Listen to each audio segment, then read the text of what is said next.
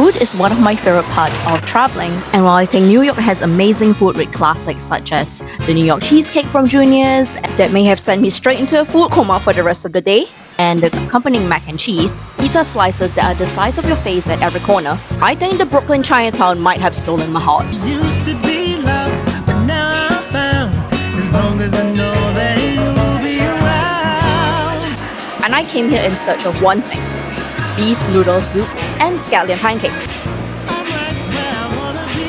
When you eat beef noodle soup in New York, especially in areas like Brooklyn Chinatown, it often tastes a little different. Not worse, just preserved. Many of these shops are run by families who immigrated in the 80s or 90s, and the version of the soup dish they serve reflects that era's flavor profile.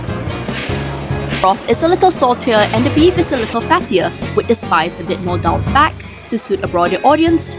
And of course, you can't forget the side dishes, ranging from dumplings to pan-fried buns and wholeberry hibiscus drinks. And if you're not feeling particularly soupy that day, there's always the option of dry noodles, like scallion oil noodles, which is noodles just tossed in scallion oil. And I cannot state how much I love spicy piang noodles. The popularity of this dish first really started in New York, and it's basically a dish where the white noodles are coated in spicy chili oil and served with a protein of choice. This dish I picked was spicy cumin lamb, and I love lamb. When prepared right, there's no gamey flavor at all, and it just pairs so well with the spicy chili oil and the white felt noodles. New York might have been experiencing a heat wave when I was there, but I was only in search of hot soup, because sometimes you just have to fight fire with fire and match the external temperature with inside your body.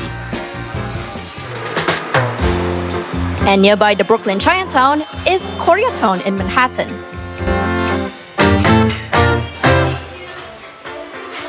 I only really had the chance to try 2 places here, but they both left very different impressions. This is Salungtang, which continues the theme of hot soup in hot weather.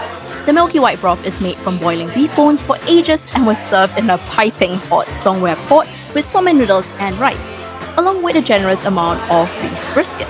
It comes unseasoned, so you can add the amount of salt and pepper you want to your desired taste.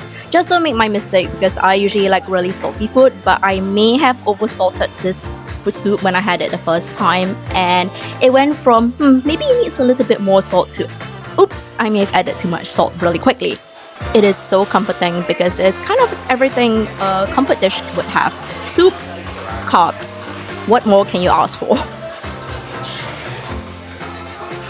And this dish here is a soup bap, where rice is served in a heavy pot known as a soup, along with some toppings. This topping I chose was abalone, and there was a generous amount of abalone along with radish, which helped bring out the brightness in the dish.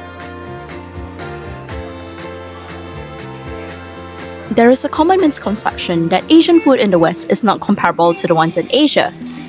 Now, that can be true, especially for dishes that rely on ingredients that you don't find easily outside of Asia.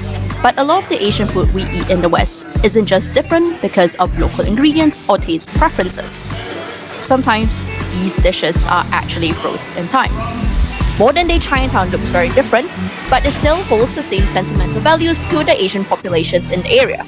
Even for someone like me who is just visiting the city, being able to find the food I grew up with in a very accessible manner just brings out something in me.